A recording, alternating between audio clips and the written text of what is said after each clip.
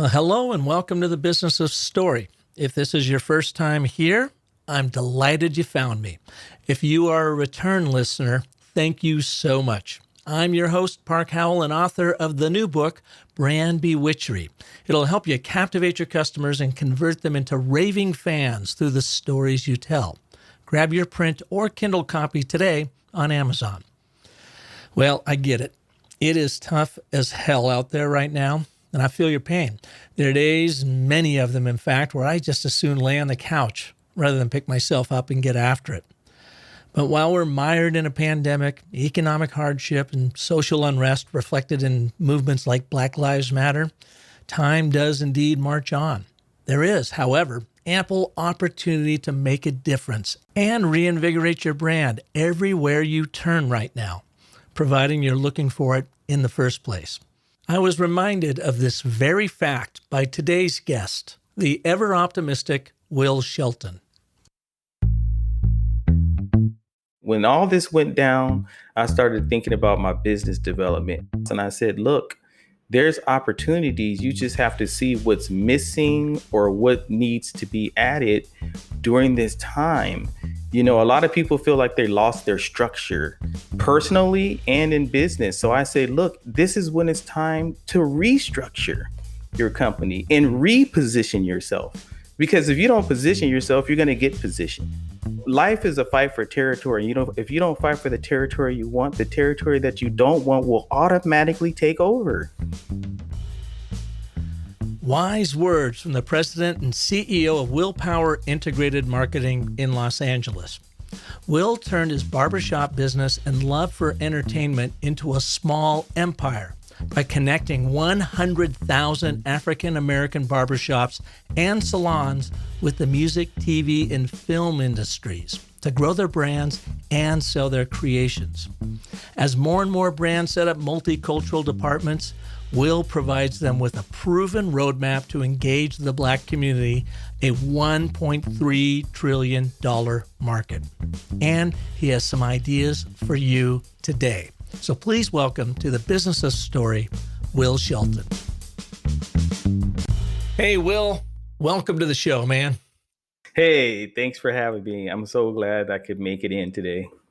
This is cool. I mean, Michael Gass, who I've known now for over a decade, and he made my book, Brand Bewitchery, because he helped me with my agency back in 2008 when we were really looking for our own brand story. Funny, we can do it for everybody else, but it's hard to do it on your own.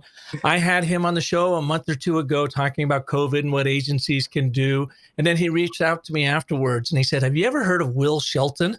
And I go, no, I haven't. He goes, well, he's a gentleman you need to have on your show. So I have Michael to thank for connecting us. Great to have you here. So cool. Thank you. Thank you. I appreciate it. And what did Michael do for you?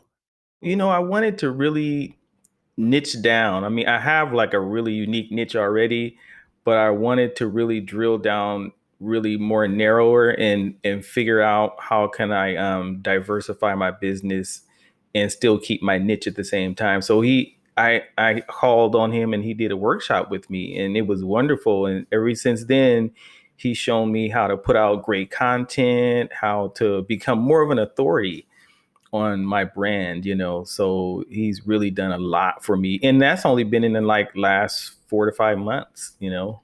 Well, and for those of you who don't know Michael Gass, he is the founder of Fuel Lines, and he focuses primarily on agencies and PR firms and digital marketing firms.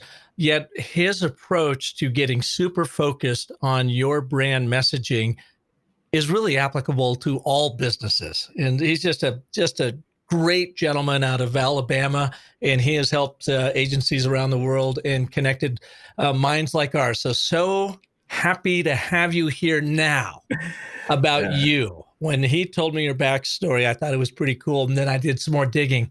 Would you mind sharing with our audiences how you found yourself running one of the foremost agencies today? Yeah, sure. Yeah, it's very unique. I actually started out as a hairstylist. I've been a licensed cosmetologist for 26 years now. And you're located in Los I'm Angeles? located in Los Angeles. Yeah, Los Angeles, California. Yep. I didn't know about marketing or anything like that. I just was always pretty good at it, just doing my thing behind the chair. And then what happened is I opened my own salon, and I had this salon for 10 years. So, Where was it located? this was located in right outside of Los Angeles. It was a city called Bellflower, right outside of Los Angeles. Doing hair, clients come in, they're there for like a couple of hours, and you're always talking, gossiping, conversations are going on. Music is always playing on heavy rotation, and people are asking about movies and TV shows. So you always have like a conveyor belt of conversations that continually go on all the time. So what happened is clients would leave the shop, Park, and they would tell me, I'm going to go buy that album that you just played, or I'm going to go see that movie that you just told me about. So I realized I was kind of, inadvertently helping these entertainment companies market their projects at my shop. Dude, you were an influencer before an influencer was anything. Yeah, it was like that's how it really was. So, but I didn't even know what it was. So what I did is I started to put together these proposals. So I said, what if I let them know that they have a captive, receptive audience of African American consumers in the shops? And I said, I'm going to give it a shot. So I sent out a proposal to every movie studio and every record label I could think of. And guess what happened? Within 30 days, I started receiving shipments of free CDs to play and advanced screening passes to give away to clients. And that's how it started. Can you remember what your pitch exactly was to them? Yeah, what I did is I said, look, I have a salon, I work in the beauty industry, and there's a captive, receptive audience here that there's a blind spot for. And I think you'd be interested in how you could connect with this consumer. That's what I told them. And it worked, obviously. So And within 30 days, you started getting these CDs and started playing them. Were you playing them randomly, or would you listen to them first and then, like a DJ, figure out what you thought your audience would be receptive to? I almost thought of myself as the consumer. I said, I was just having fun. I said, I love, these are the songs I like. So I started playing the jams, and the clients liked the same type of music that I like. And I would say, guess what? I got the new Luther Vandross CD, or I got this, and I would play it for them, and they would love it. I was just as happy as they were just to get free CDs in my shop, and I was paying for them before. What happened next? For about a year, they were shipping me free CDs and free movie passes. And one executive, he was a VP from New York. He told me he was coming to town. He was from a record label, and he said, "Look, I this is unbelievable what you're doing. I have to meet you. So when I come to LA, I'm coming to your shop, and I just have to meet you." So he came and he talked to me, and he told me, keep doing what you're doing. It's amazing.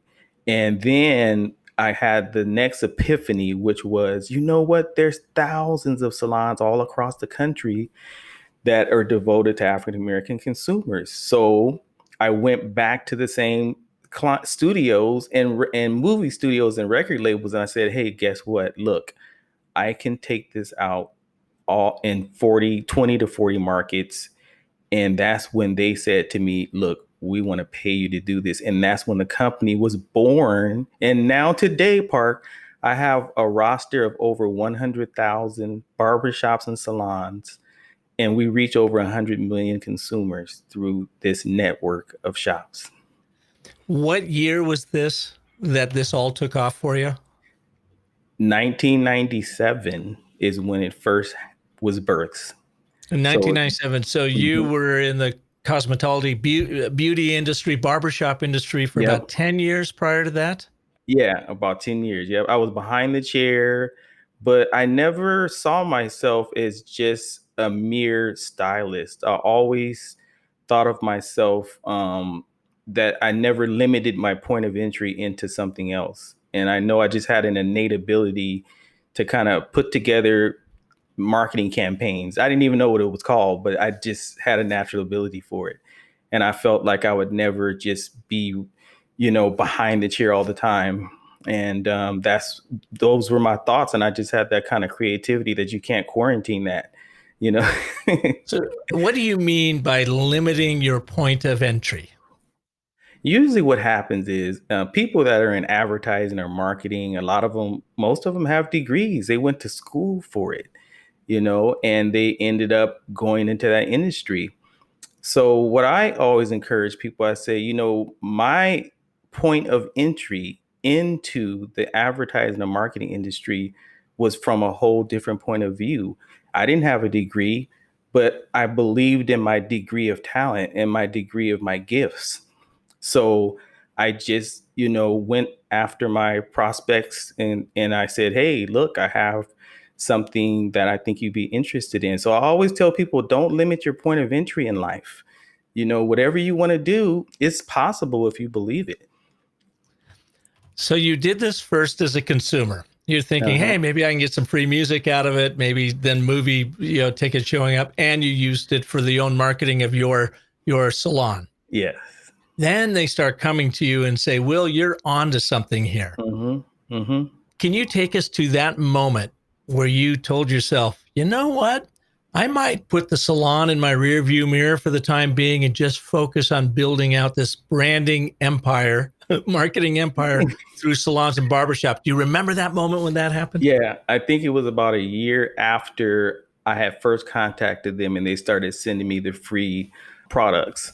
So the next epiphany was, man, I can do something bigger with this. This can go be bigger than what it is, and I don't have to be behind the chair. But what happened was it wasn't easy. I had to overcome adversity of building my clients and building the network of shops. I mean, to go from 0 shops to 100,000 takes time. And what were you offering them? You know what it was? I was offering them a chance to be a tastemaker. I've never paid these shops anything. They're already trailblazers and they're already entrepreneurs. So they understand the value of being first. African Americans like to be first.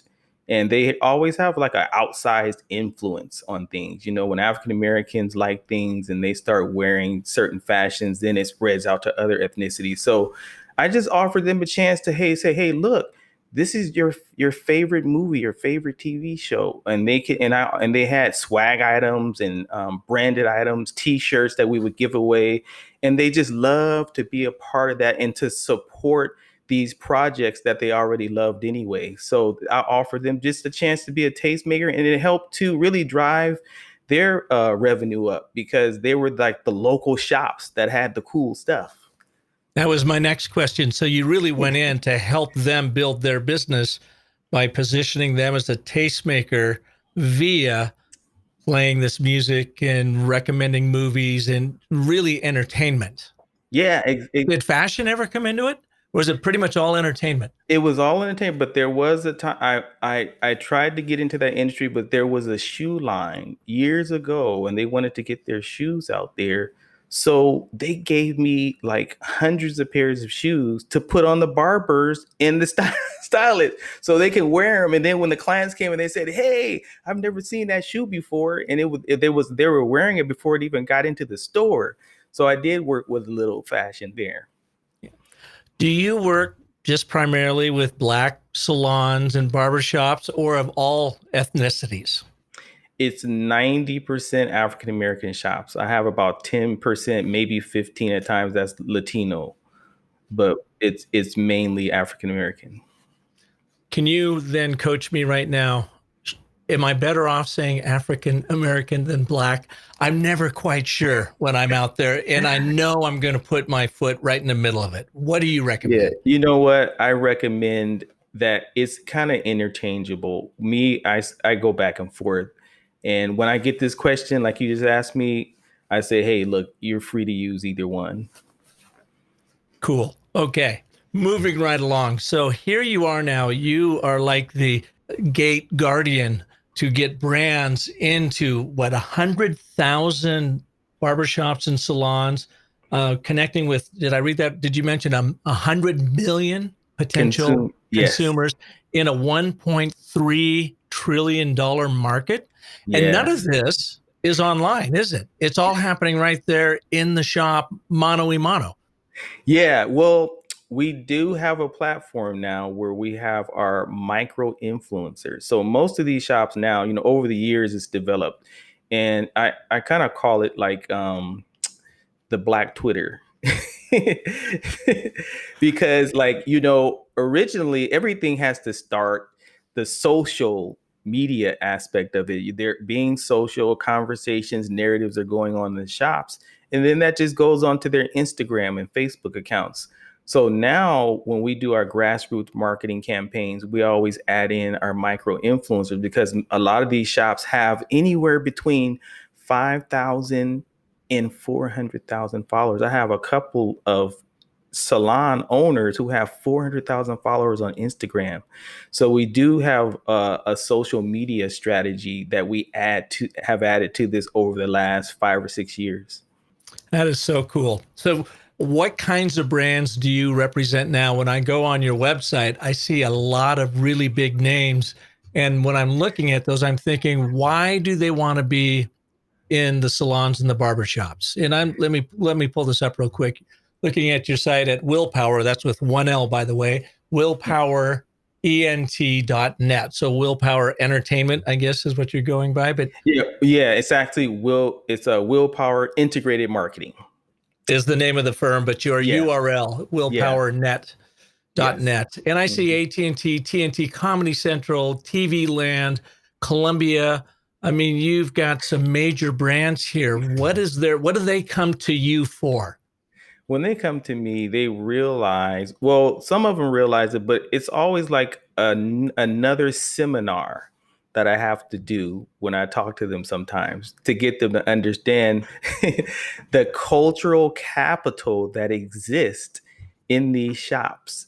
And it's been a blind spot for most global brands. They just don't really understand what takes place and how you can really reach that consumer out of home in a trusted environment.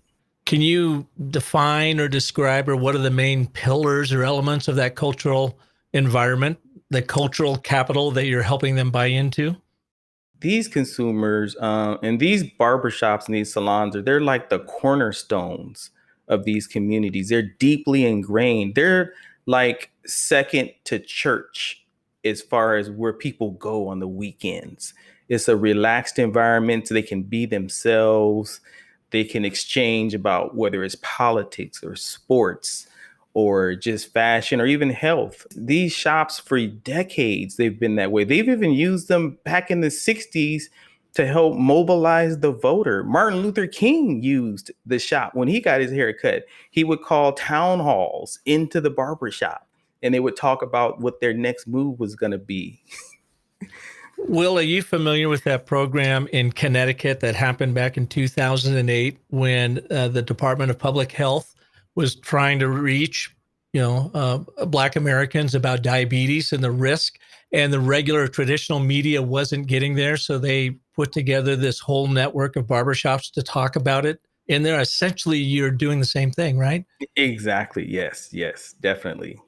When I was looking into that, I went online, and I'm jumping back over here again. I don't know where it went. What Colorado, anyways, actually has with Kaiser Permanente put together a whole package, an outreach package of how to use barber shops and salons to meet this very unique audience. So you're familiar with that program as well? Yeah, definitely. And they've done several programs over the last few decades because, African Americans, their health care, they don't really have the health care that they really truly need. Some of them really don't have the economic power, or they just don't have the access. And the other thing is just historically, a lot of African Americans, they're afraid to go to the doctor. So who better to encourage you than your stylist or your barber, who's almost your therapist?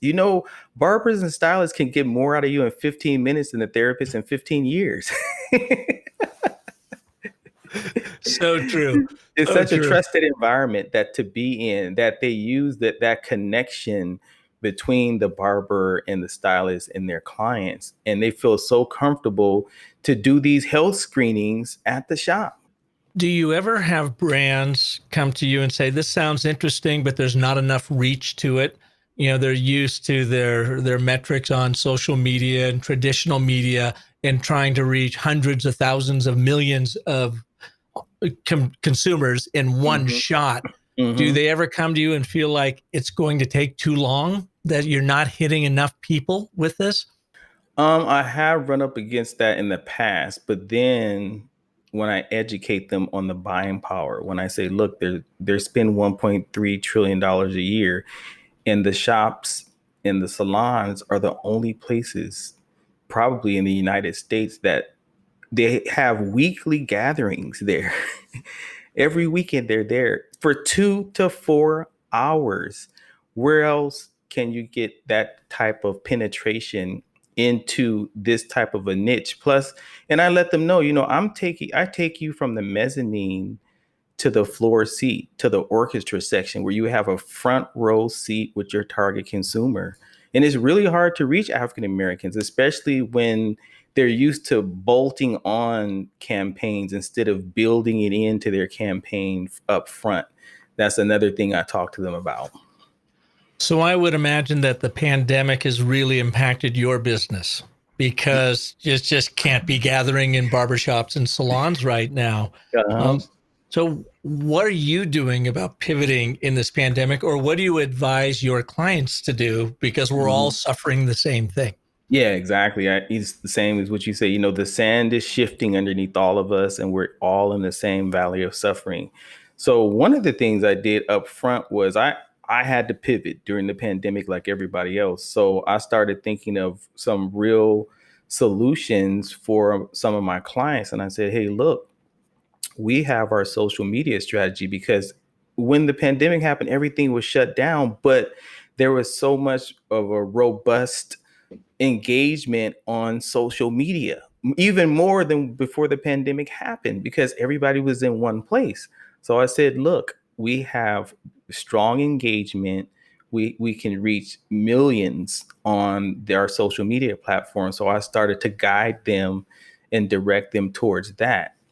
And then I gave them some other solutions as far as putting together some possible watch parties when the theaters opened up, but they haven't even opened up yet. Yeah. And because that's a moving target because of what's going on. So I gave them some real solutions, and I started talking. Even I had a weekly program on Instagram Live called The New Normal with Will, and I would talk to stylists all across the country. They would come on live, and we would talk to other stylists and give them strategies about what to do, like virtual one-on-ones with their client, because they couldn't cut their hair in person.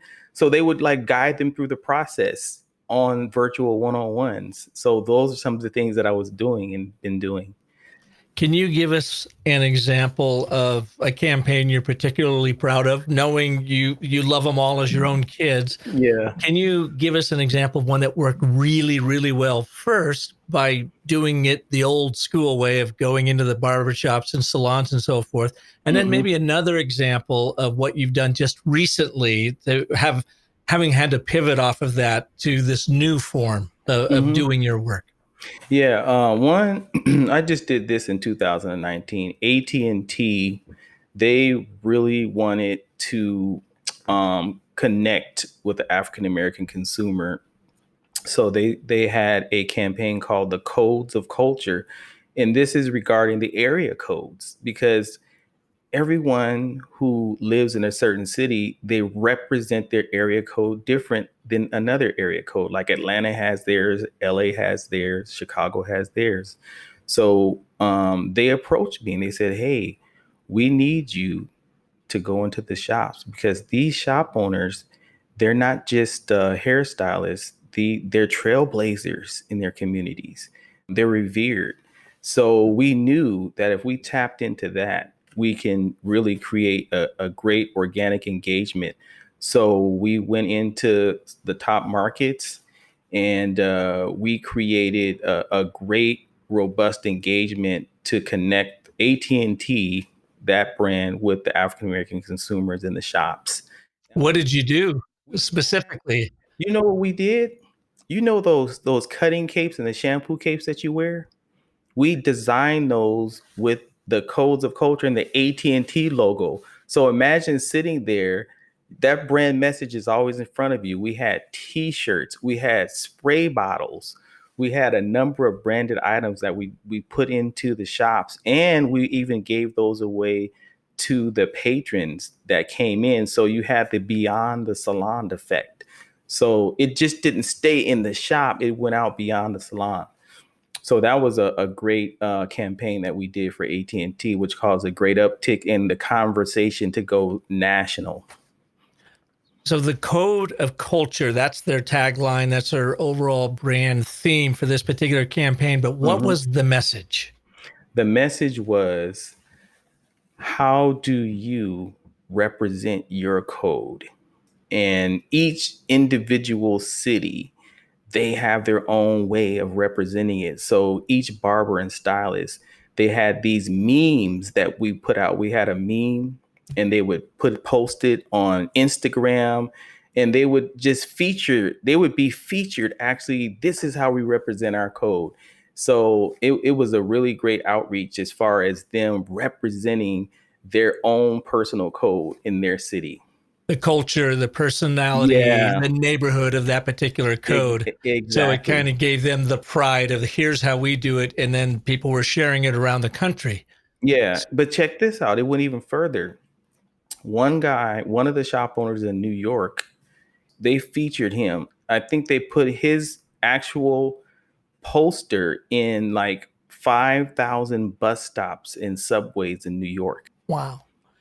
Do you by chance have a PDF of that poster, or I I can do. go dig it up? Send it to me. I'd love to put it in the Yeah, notes so people can go yeah, and check that yeah, out. yeah. It was great. Yeah, it was great what we were able to do, because they really wanted to not just the shop owners to rep, but they wanted to really represent them and give them their proper respect in their community. So they did things like that for the shop owners. So now, what's a campaign that you're doing currently with that whole undertone of COVID and we can't be gathering at barbershops and salons? What's a campaign look like now? I'm talking to several movie studios that are getting ready to launch some films, and a couple of different networks. So what I'm guiding them right now is that the shops are open now, so we can do some of the same things that we did before. I mean, look at this. Check this out. One shop in Atlanta, they were closed for 3 to 4 months. She told me she had a waiting list of 250 clients to get in. Doesn't surprise me. so so there's no shortage. So we're guiding them right now to do a lot of our social media strategies. And if they have a film coming out or they have a movie coming out, we're like trying to put together some influencer watch parties for those that I think will be robust for them. So right now there's nothing in play yet, because this is such a moving target. Things opened up for about 30 days, and then now a couple of cities, I think LA closed down their shops yesterday. So it's such, even the theaters can't even open right now because the studios can't put any content out because it's such a moving target. So, how do you find opportunity in crisis like we're all experiencing? When all this went down, I started thinking about my business development, and I started thinking about the companies I work with and the barbershops and salons. And I said, look, there's opportunities. You just have to see what's missing or what needs to be added during this time. A lot of people feel like they lost their structure personally and in business. So I say, look, this is when it's time to restructure your company and reposition yourself. Because if you don't position yourself, you're going to get positioned. Life is a fight for territory. If you don't fight for the territory you want, the territory that you don't want will automatically take over. So, how are you restructuring or repositioning yourself? Again, you brought Michael Gass in, brilliant man. Yeah. You don't have to tell us all of the secrets he shared with you, but what are you doing now to reposition Willpower? Well, you know what? It was a kind of perfect time because me and Michael had our workshop around January, right before all this took place. And I was like, wow, that's awesome timing, because I'm going to start using some of the tactics that he taught me in the workshop. So what I started doing is I started putting together content, writing blogs, really narrow niche blogs to put out there. And I started talking about what our company does with the movie theaters and the different brands. So I've put out probably 30 blogs, or 30 or 40 blogs in the last couple of months. And that's helped me a lot. And then I really narrowed down my niche even more than I did before. So I could really position myself for when this is over, or we start dealing what I call it a new abnormal. We're not going to have a new normal. There's Right. going to be a new abnormal. So I just looked at just really repositioning myself, narrowing down my target, putting out great content that's educational for my prospects and the clients that I want to attract. I've been putting out on my blog, on LinkedIn, and I've been attracting so many new clients just from that. In looking at what you're doing, I would say you already have an unbelievable niche in what you do with Willpower Entertainment and interactive marketing, in that you are that threshold guardian gatekeeper into 100,000 barbershops, salons, especially expressly connecting with the African American community in Mhm. the entertainment business. How much more niched can you get from that? When you're talking about a niche, then you go into a uniqueness, because unique is even better than better is. I think it's the uniqueness of what my company is able to establish as well. So the only thing about my niche is, either am I going to niche deeper into entertainment, or expand out into more global brands and diversify my company. And that was a conversation we had. And he kind of steered me. He said, still deal with your entertainment, still push that very hard, and the other stuff will come along with it. Yeah, it creates like this tractor beam, doesn't it? When you get Mm-hmm. super focused on what you do really, really well, and then also in other industries, such as the fashion industry, you said, sent you a bunch Mm-hmm. of shoes. They start seeing this impact and this connection you have, that they kind of arrive. But it seems like if we cast a larger net, and I've been guilty of this too, it is less effective. Yeah. But it doesn't it go against every fiber of your being in survival? Well, Yes. don't you say, no, man, I have to go after all of this because I might be missing out on money and I need money right now. We're all in that role. We need revenue right now, when the exact opposite is what we should be doing. Getting It, super uber fixated on it, one it, niche. yeah, it's the fear of losing out on something. But you don't know how much you're gonna gain if you stick with that narrow target. That's the key. But everybody has this fear of that, what they're gonna lose out on, and Yeah. I think that's just a false barrier in mentally. So moving forward with Black Lives Matters and everything, racial, social injustice, the upheaval we're all experiencing, the lack of leadership coming out of Washington, D.C., arguably on both sides of the aisle, everybody fighting with COVID in their own way, not really sure what's right and what's wrong. Do I wear a mask? Do I not wear a mask? Mhm. We have such tremendous upheaval. I would like to talk a little bit about Black Lives Matter on a couple of Mhm. different levels. Number one, we're going to answer this question a little bit later. This Okay. question about how can brands stand up and really be a part of the African American community. But I would like to go back to Black Tuesday, which was Mhm. what, now about a month ago, when Yes. people were expressing their support for Black Lives Matters with black images or just boxes on Instagram and other places. And one of my clients told me after the fact. He said, "Oh," and I'd seen them on that Thursday. I had not spoken with them leading up to it, and they Mhm. told me Black Tuesday completely caught them flat-footed. And we're talking a multi-billion-dollar company out of Arizona that has global reach and has Mhm. had it for about 44 years. And I said, "What'd you do about it?" And he said, "We spent half a day to try to understand and figure out what our response should be. Should we take a stand? Should we not take a stand? Will it look like we are just taking advantage of a movement instead of really getting behind it? And I said, what did you ultimately decide? They said, well, we ultimately decided to do nothing.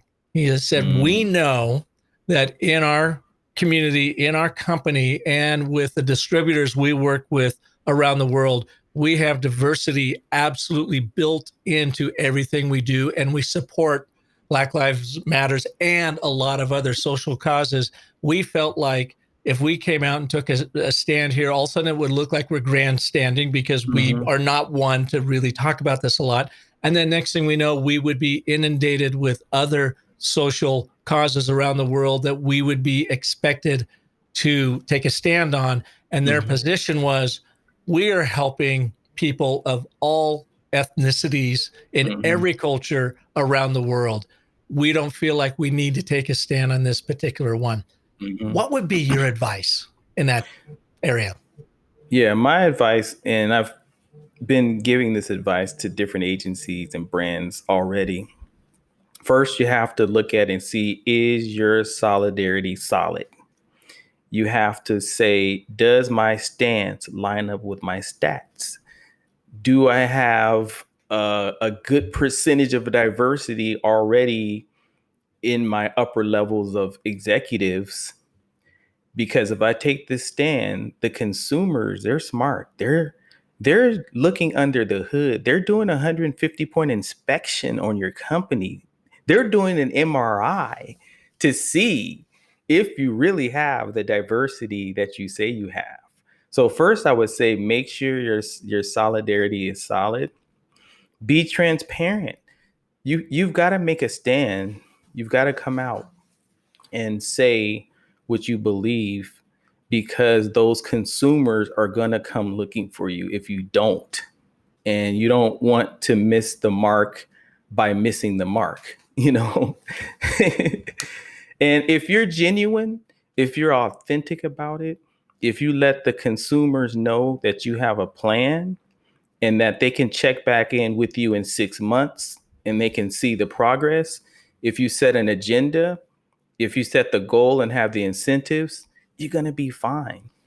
So I say take the stand, but make sure that you're complying with all those things behind the scenes, that you don't have those human resource microaggression complaints that happened 2 years ago that comes back to haunt you.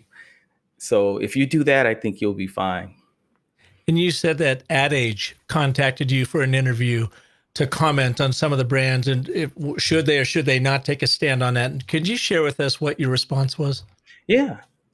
I said, first of all, I asked the question, did Black Lives Matter before Black Lives Matter? And the particular brand that they asked me about was Procter & Gamble. They said, what do you think about Procter & Gamble's stance?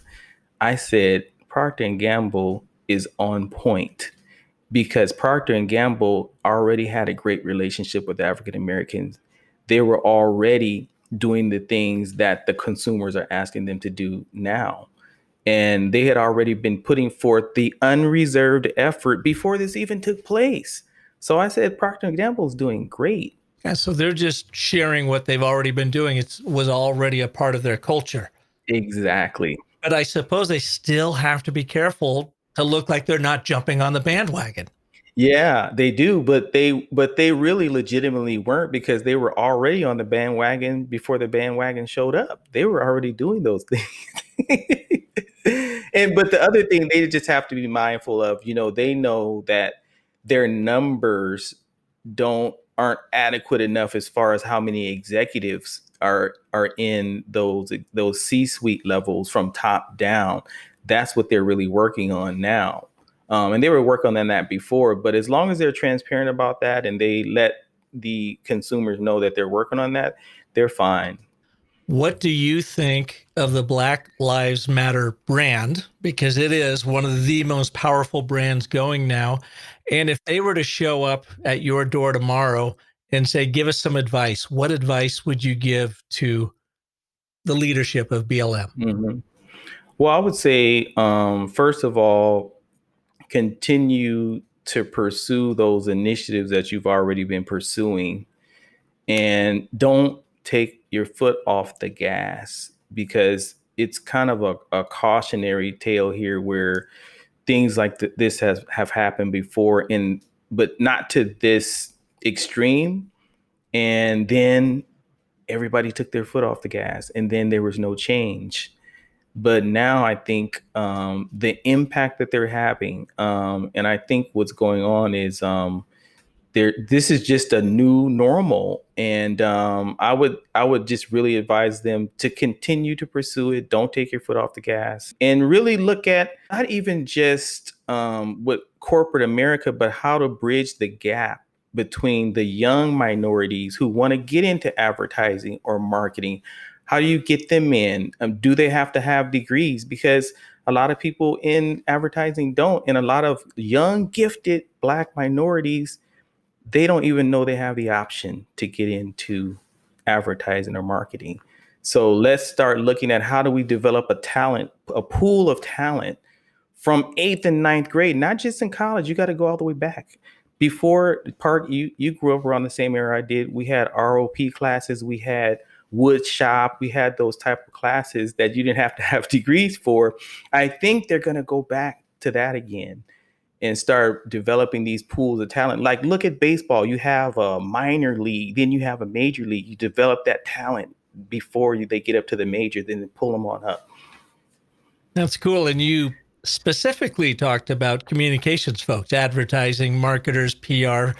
Do you think that is the mouthpiece, that troop of really great communicators that Black Lives Matters could really benefit from moving forward? Yeah, you know why? Because look at how advertising and marketing shapes the culture and shapes those stereotypes. You get a lot of self-fulfilling stereotypes just from the advertisements that have been put out there for decades. So that narrative can change, and the way you shape the way people see African Americans can change if the advertisers and the marketers have this diversity, and Blacks have a seat at the table, and they're able to craft these advertisements and campaigns that really show the likeness and reflect how they really are. So back to my question then, Mm-hmm. brought it full circle. How can brands stand up and really be accountable and be relied upon, trusted upon in the African American community? First, they can't see it as an insurmountable problem. A lot of them see it as insurmountable. They feel like they can't come out of the darkness, but they can come out of the darkness and they can hold up the light. You know, sometimes you have this highly adjusted injustice. People are just adjusted to what's going on. Companies and brands have to look inside. They're never going to find out and deal with what's going on inside by going outside. They have to look into the soul of their company. They have to look at what their convictions are and develop new constitutions to fight against the broken culture that exists in these companies. There's an outsized influence with African Americans, and they're always redefining cultural norms. So the companies that claim they have an open door, a lot of times Blacks always see the top floor still blocked for them, and that leaves many of them feeling like their hopes are shoplifted from them. So what the companies can do is they can just take the old culture in the backyard and kill it and start over and begin again. So when you say this insurmountable problem, is it a culture problem? When you're talking about this, what they view as insurmountable, and do they think that internally? They think we have a culture problem, but it's literally insurmountable. There's nothing I can do about it, so we're just going to keep doing what we're doing. I think at this point, with everything going on and the pressure from just the whole society and the culture, not just Blacks, but whites are fed up too. I think they feel like it's insurmountable, but it's not insurmountable. So Right. when I talk to them, I try to take the fear away. Fear is only false evidence appearing real. So I try to take the fear out of them dealing with this and the conversations and the cultural collision that has happened. The collisions has happened in America and the nation. And then there's a cultural collision that's going on inside the corporate world as well. So I try to take away the fear from them believing that it's insurmountable. How do you do that? Is there a particular question you start with to get that conversation going? You just have to go straight to them and say, look, I understand what's going on. You can't get around the elephant in the room. If you want to heal, you have to deal with it. That's what I say to them. You've got some good lines, man. You've got some good lines. If you want to heal, you have to deal with it. I love that, because how many times do we know we've got a problem, but we don't want to deal with it? I'll take it on tomorrow. I'll deal with it later. I'll put it on the back burner. But this is the kind of stuff that you cannot put on the back burner anymore. It's right there in front of you. You can't evade it. You can't be elusive about it anymore. How do you build trust within the African American community, especially if you're a brand, say like AT&T, that when you think about it, you think of that's the white American brand. It's got to be filled with white leadership, and you never really think of AT&T, taking a stand in anything. And I'm just using them as an example. I think you could probably prop up any big iconic American brand, and the first thing in your mind is saying that's probably a white or whitish brand. How do they build credibility in the African American community? I think first you have to be honest with yourself first. You have to really get honest with yourself internally, and then you have to be honest with the consumer. You have to be honest with the African Americans. If you're transparent, you're not going to lose that way. If you start to not be genuine with them, they're going to know that off the back. They're going to know you're not being authentic. So you have to be genuine, authentic, and you have to be honest. And if you give them a plan, say, look, this is our plan for the next 6 months. And we have set these goals, and we want you to check back in with us in 6 months, and we're going to show you what we're rolling out. If you do that, you're going to be fine. That's where you build the trust. Even if you blow it, you really didn't blow it, because you gave an unreserved effort and you showed that you swung for the home run. Even if you miss, you still gave an unreserved effort. So that's what they want to see. They want to see the effort. And that's how you're going to build the trust, because they're not going to believe the words that you say anymore, because they've heard that for 100 years. But if they see the progress, and if you show them the progress, that's how you build the trust. What brands do you think are doing a pretty good job of that right now? Coca-Cola, McDonald's, Procter and Gamble. What's Coca-Cola doing, for instance? Well, Coca-Cola, I'm not sure what they're doing exactly, but they were already doing things before. McDonald's was already on track before.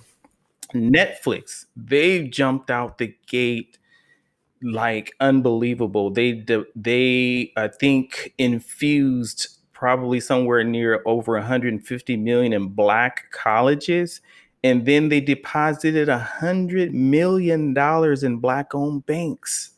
You do something like that, it's not insurmountable.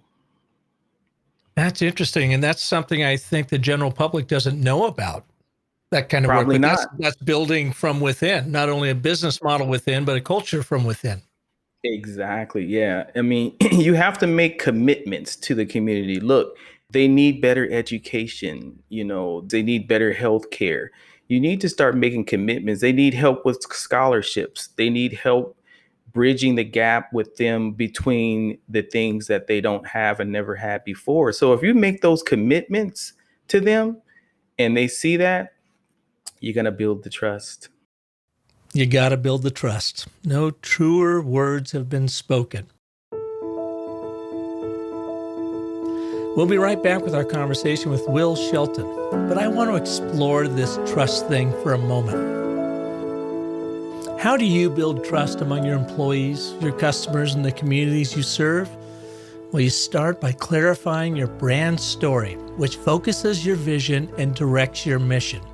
And that is the goal of my new book, Brand Bewitchery, which will teach you how to wield the story cycle system to craft spellbinding stories for your brand. And you'll grow as a more confident and compelling communicator in the process to connect with your audiences like you never have before. Entrepreneur Robert Langjohns recently wrote in his Amazon review, quote, "I believe in serendipity. Sometimes the right thing shows up right when you need it. Park's new book provided a spark just as I was launching my business. He does a great job in providing a platform for developing your brand message through time-tested and proven story principles. His examples and exercises walk you through everything you need to explore and define your business brand, and then be able to communicate it. Thank you for your book, Park." Well, thank you for your review, Robert. I appreciate it. I believe that stories share the truth that creates the trust. So start building your trust factor today with your copy of Brand Bewitchery. And please leave a review. It helps a new author like me get found in the Amazon jungle. Story on, my friend.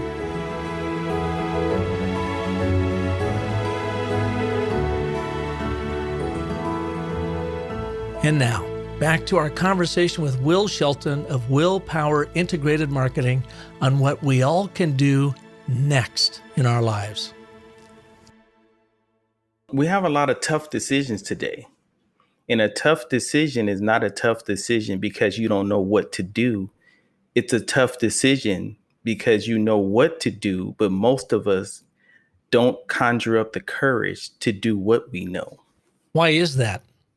I think fear takes over, and I think people feel they're too inadequate to do what it takes. And they don't want to deal with the tough decisions, so they just go back into that mental abandoned building that they've been hiding in. What's the first step out of that building? The first step is to have more faith. Even if your faith is on fumes, is to have more faith, to step out there and to believe it. Somebody said that the easiest thing in the world for them to do was to make $1 million, but they said the hardest thing for them to do was to believe that they can make $1 million. It's really hard just to dial up faith. Where do people go, or what would you recommend to go and find that faith? I think first you have to realize that you have a purpose, or find that purpose in your life, that you were born to do something. Most people see themselves, Park, as less than who they really are. And then they end up operating that way. And that's what takes you down that road of not being able to do those things that you're afraid of. Everybody has the same fear. We all do. It's just that we just either have to overcome that adversity one day and find out the story that you told yourself wasn't true, that you did have more, that that person that told you you weren't good enough, they weren't telling you the truth. So what do I do? What's my very first step to find that faith? The first step to find that faith is, I think, two things. You have to look inside and say, what have I been telling myself, and where has that been leading me?